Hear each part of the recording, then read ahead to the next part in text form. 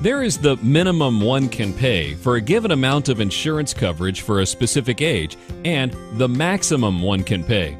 Who determines the minimum? The insurance company. At the other end of the spectrum is the maximum one can pay for a given amount of coverage. And who determines that besides you? The government. The fact that the federal government limits how much money one can put in a life insurance policy says what about it? It must be good. And it must be good in relationship to taxes. Basically, the government decided the upper limit of tax-advantaged growth they would allow, and the policyholders still have access to the cash value. Policies outside this allowable corridor are determined to be a modified endowment contract, or MEC, which simply means the government will treat the insurance contract like they do qualified plans, with all the rules, regulations, and penalties. After watching this video, you'll probably know more about life insurance than most life insurance agents, should you ever have to talk with one again. At a minimum, you will probably know more than they are willing to tell you. There's almost an infinite amount of premiums that can be charged between the minimum and maximum. As mentioned earlier, the insurance companies determine the minimum. They have actuaries that calculate the least amount of premium they can charge and still make a profit. They understand opportunity cost, which means they have factored in the time value of the premium. In the 1980s, the government drew the line that determined the maximum amount of contributions allowable for a given face amount of coverage. The two laws that put this limit in place were TAMRA and DEFRA. Through these legislative guidelines, the government said, wait just a minute. We cannot allow people to make unlimited contributions in a life insurance policy as is allowed currently and have access to the money because we limit the contributions and access in qualified plans. Samples of these accounts include 401ks, IRAs, SEPs, and 403b plans, just to name a few. What do qualified plans do? The number one response is that they defer taxes. If that's what you said they do, you are only half correct.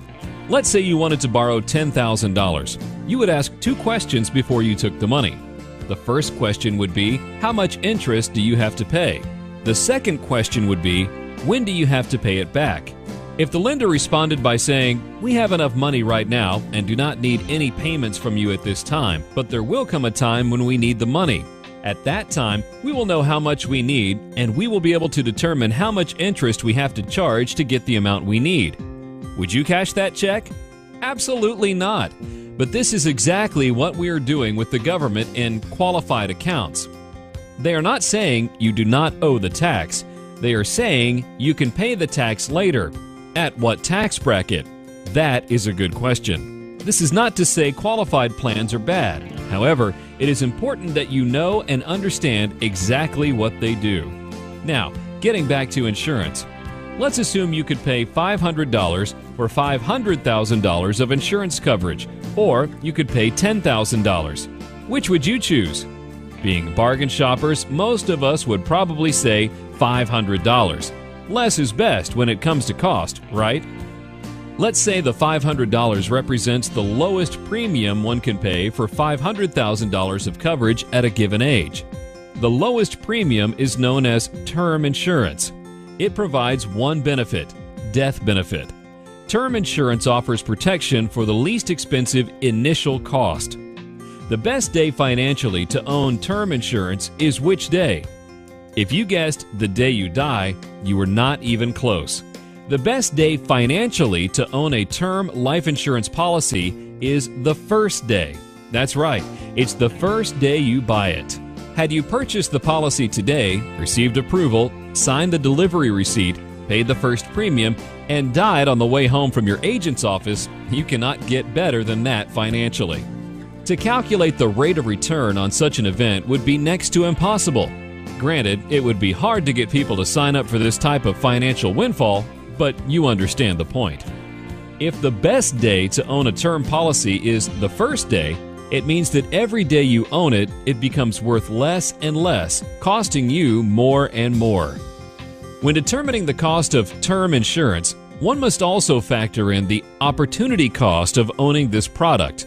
Remember, the cost is not just the amount you paid in premiums, but what those dollars could have earned had you not bought the coverage and taken the risk yourself, which we are not suggesting you do.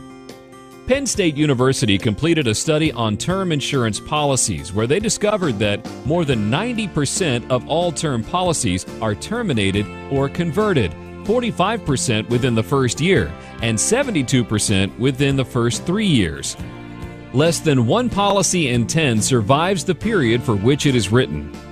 After 15 to 20 years of exposure, less than 1% of all term policies are still in force, and only 1% of all term insurance resulted in death claims. What does this mean? It means with term insurance, you will most likely pay more than you receive. Now, for an insurance company to talk you into putting $10,000 in a policy with the same value at your death that you could get for $500, they would have to come up with some serious benefits. Agreed? Let's forget about insurance for just a minute and talk about benefits. In any vehicle one would use to accumulate money over time, a major desire would be to maximize benefits in addition to achieving an acceptable rate of return. If you could wave a magic wand, what benefits would you desire?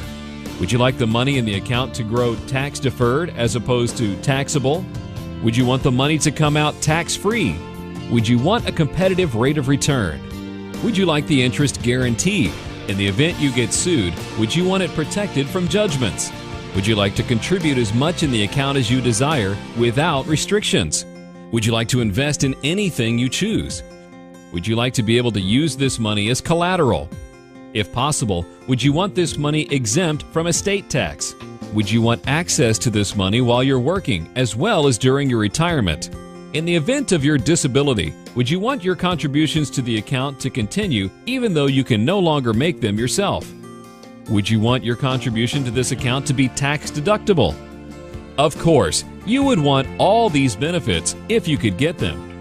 Which of these benefits are available in a qualified plan? There is only one product that offers the majority of the benefits on the list, and it is permanent life insurance. However, not just any type of contract will do.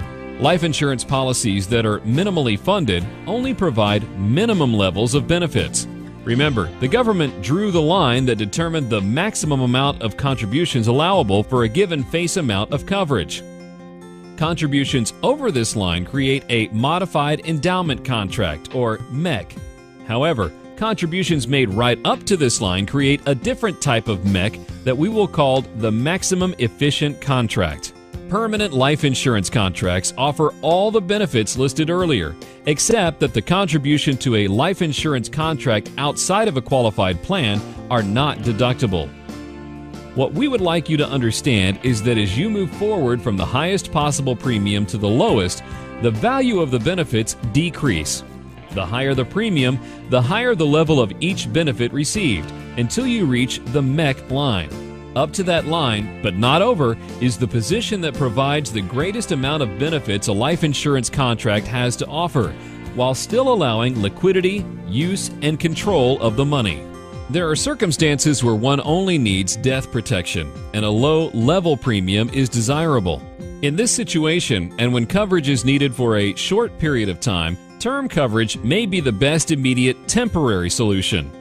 If, however, you're looking for a place to accumulate money that provides the highest level of benefits mentioned at their maximum level, permanent life insurance is a great choice. Currently, we know of no other financial product that offers these same benefits at the same level.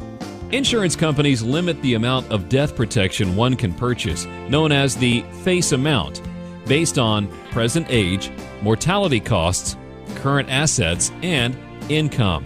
The government set the MEC guideline to limit the amount of contributions allowable in the form of premium payments that still give the policyholder access to the cash value on a tax-favored basis. How much insurance should you have? Most of us assume this is a needs discussion. It is really a wants decision because life insurance is the only product that can provide the resources should you not live long enough to accumulate them.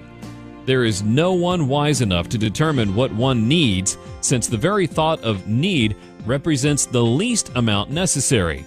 It would be hard to find anyone who has been successful at anything who began by calculating the least they would have to do to make it. Life insurance is a want product. You decide how much it will take to accomplish what you want in the event of death, and then it can be determined how much coverage it will take to accomplish what you want. Life insurance is the only product that can provide the immediate funds to guarantee that what you want to happen will happen. Make sure the policy you own will ensure that what you want to happen will happen.